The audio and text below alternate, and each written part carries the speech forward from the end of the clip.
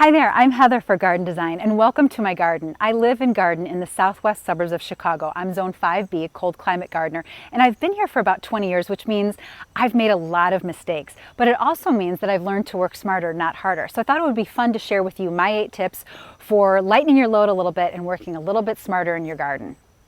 These 8 tips are universal, so no matter where you live, you're going to be able to use them and it's going to make gardening a lot easier for you and hopefully lighten your load a little bit. My number 1 tip for a low maintenance garden is soil. Begin with your soil. So whether you have an existing bed or you have plans for a new bed, you want to know what's going on in here. Reach out to your local extension office and ask them who they recommend for a soil analysis. Super simple thing to do. So you're going to take samples from wherever you plan to garden or wherever an existing garden is, and you'll submit it to the lab and they will give you a complete report that includes your pH. It'll tell you, are you acidic? Are you alkaline? What amendments you're lacking or what things that you don't need. And that'll save you money. You won't have to be investing in unnecessary amendments, and you also won't be contributing to contaminating our waterways because all those things that your soil doesn't need will inevitably run off into our water systems, into retention ponds, and poison the wildlife there. So super important to know what's going on here so that you have a really successful garden. Tip number 2, and it's a big one, right plant, right place. That's a super important thing. You want to know how much sun or shade your garden receives, so you pick plants that are going to thrive in that location, like this sedum. This is all day sun from sunup to sundown, and this sedum is happy as can be. Now, if I planted a hosta here, we'd have a totally different story. It would die, I'd have to water it constantly to keep it going, or I'd just have to replace it and spend more money. By putting the sedum here, I know that this sedum is going to thrive. It's going to be super friendly to the pollinators. It's covered in bumbles right now. And a good way to figure out just how much sunlight your garden receives is to look at it throughout the course of the day. Come on out every hour and look at the site. Is it sun or is it shade? Write that down, write the time of the day down, and then at the end of the day, go back and count up how many hours in the course of the day that location receives sun. And then you'll be able to pinpoint just how many hours exactly that area gets, and then you can pick your plants. My 3rd tip is fudge on plant spacing. You don't always have to follow the spacing recommendations on your plant tags, and it has everything to do with weed suppression. There are thousands of weed seeds just waiting to germinate on the surface of your soil. And so when you plant a little tighter, there's a better chance that those perennials are going to knit together and really shade that surface and shade out those weed seeds so they do not germinate. So you can shave off about 25% of the plant distance recommendation on those plants. I wouldn't do that, however, with things like Monarda or phlox. They're more prone to foliar issues like powdery mildew.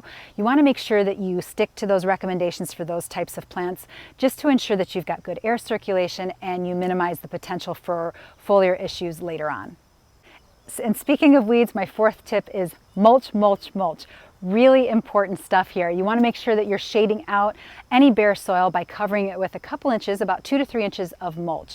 For newly planted gardens, it's extremely crucial because any new surface that's been cultivated whips up those weed seeds and they come to the surface, and you just have to assume that any bare soil has thousands of weed seeds that are just dying to do their thing and they're dying to eat up any space that's available. So by mulching that, you prevent the sun from hitting those seeds and you lessen your workload because then you're not having to pull as many weeds. And when you're dropping in mulch, you want to make sure you're doing it right. You may have seen the volcano mulch where there's these mounds of mulch that are just piled up around the trunk of the tree.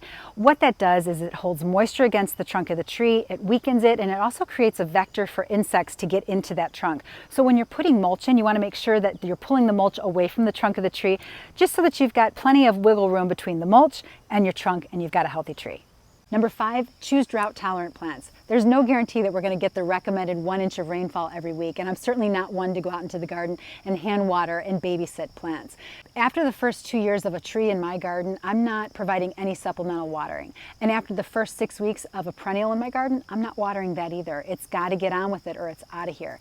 But I choose plants that I know can take those conditions, like this hellebore.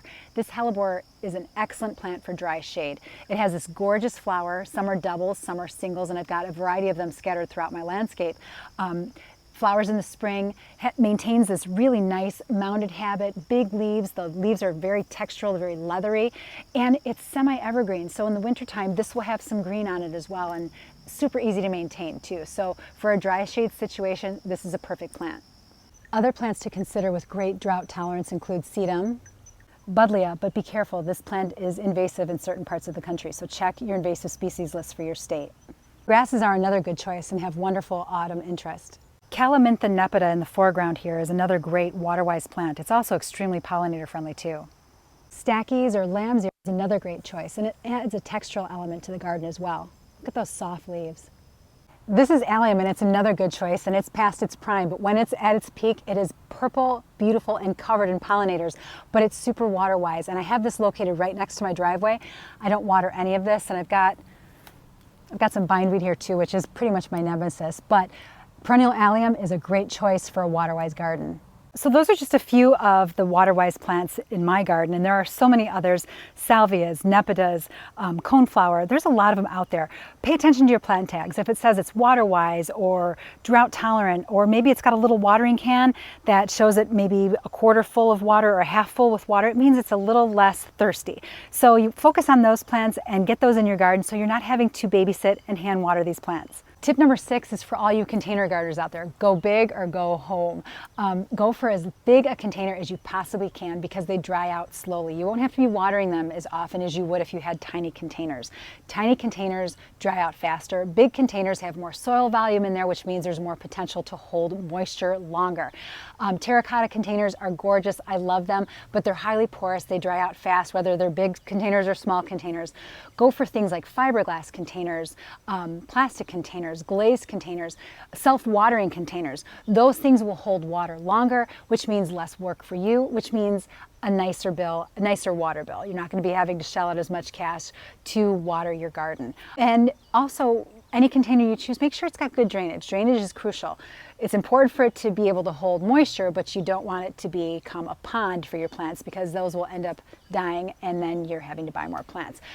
And with a larger container, inevitably comes the need for more plants to fill it, and I don't have a problem with that. So go big or go home. You'll have a lot less work to do, a lot less watering, and a lot more money to spend on more plants. Tip number 7, learn about the plants. It is so tempting to go to a big box store or a nursery at the beginning of the season and just be enticed by all of it, buy it up, plant it in the garden, and lo and behold, it fails. And it's so disheartening when that happens. So research your botanical gardens. I live near the Chicago Botanic Garden. They are constantly doing plant trials. I love referring to their papers and finding out their honest opinion of what did well, what didn't do well, and then basing my plant selections on those things. Another good resource is the Mount Cuba Center.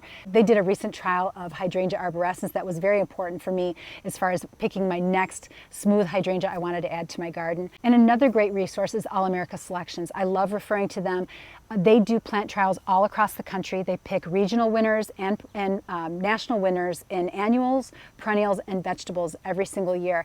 And it's really nice because they break it down regionally. So I'm in Illinois, so I might want to look up tomatoes that did well in Illinois, or maybe I want to look up a certain annual for my garden to see how it performed in their trial gardens. So those are all really good resources, and they're meant to help the home gardener to have success. So don't neglect your botanical gardens and different trialing nonprofits like All America Selections. And number 8, last but certainly not least, go native. Every state has plants that are native to it, and they're a really great way to add things that are super pollinator friendly, will be easier to maintain because they're used to your growing conditions. So research plants that are native to your area and seek out nurseries and growers who grow those plants and add a few of those. You don't have to go completely native unless you want to, but adding those native plants means less work for you and a happier pollinator ecosystem in your own backyard.